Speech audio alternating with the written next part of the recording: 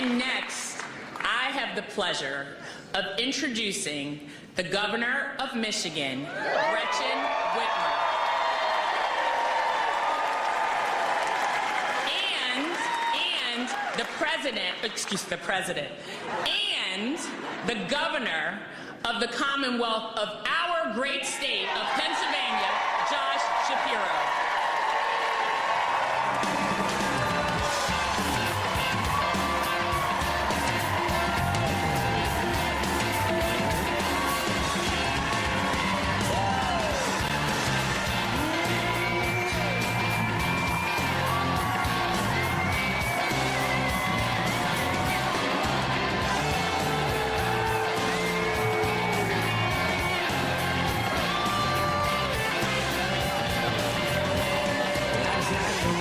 Traveling around is one day near and the next day gone. So it tells you things. Hello, Pennsylvania! Wow, this is phenomenal. Are we fired up? I want to start by thanking all the speakers who shared their stories. And obviously, I've got to thank one of my very best friends and fellow governors, the Governor of the Commonwealth of Pennsylvania, Josh Shapiro.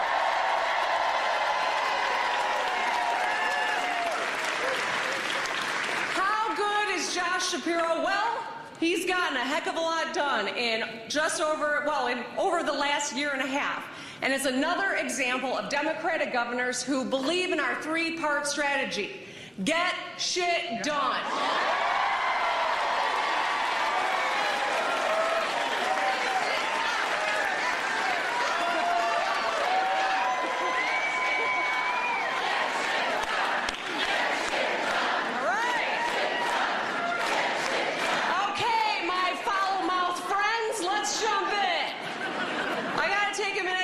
Shout out my good friend Bob Casey. We got to get him reelected.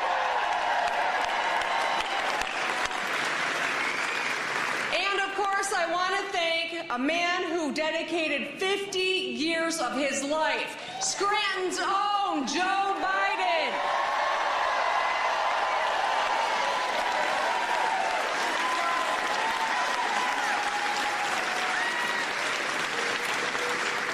Now, for those of you who don't know me, my name is Gretchen Whitmer. Back home, yes, back home, my friends call me Big Gretch. So you can too. I'm proud to be the Governor of Michigan, and I am proud to be here with all of you. We are working our tails off to elect Kamala Harris, our next president.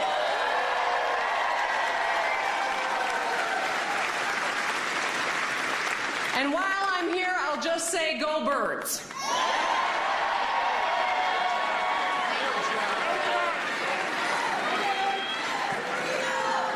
With one caveat, when they play my Lions, I'm just saying. All right, football crowd, let's talk about what we agree on, and that is that this is a place that, based on how the Phillies are playing this summer, Pennsylvania knows a little something about gritty, right? And that's something we share in common. Pennsylvania and Michigan are a lot alike. I want to tell you a little bit about me and why I do the work that I do, because it is about every single one of us. You know, I was raised in a bipartisan household. My dad worked for a Republican governor. My mom worked for a Democratic attorney general. But they taught my siblings and me the same thing I know a lot of people in this room were taught: the value of hard work. My first job was at a lumber yard. I also stocked the shelves at Target and worked the line at the Royal Fork Buffet. When I went to Michigan State University is when I did an internship at the AFL-CIO. And that's when I fell in love with public policy and understood why it's important that the working men and women of this country have voices and leaders who care about them, right?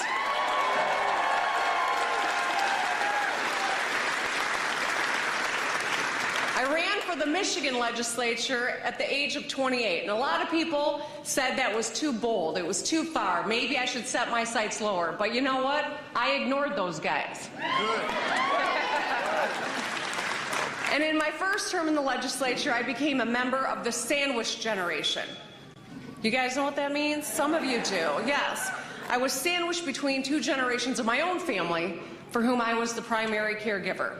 My mother, who was dying of brain cancer at the age of 59, and my daughter, who I had just given birth to. And it was really that time of my life that forged who I am now. I don't have time for baloney. I don't suffer fools. I can't countenance people who want to make problems into something that benefit them instead of just solving the problems, right? I remember long nights, worrying about my baby and arranging her child care, fighting with my mom's insurance company, making sure that I was ready for work the next day and my bills were paid on time. It was not an extraordinary thing. So many Americans, so many Pennsylvanians know what I'm talking about. This is what Americans juggle every single day. And I was lucky. I had a great job, I had daycare, I had my family and a voice in my community. And that's what every American in this country deserves, no less.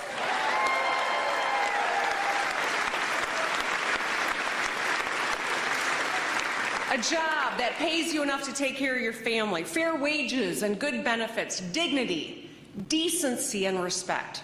And you know who agrees with me? Our Vice President Kamala Harris does.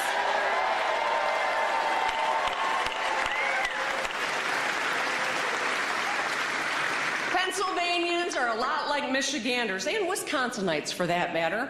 We just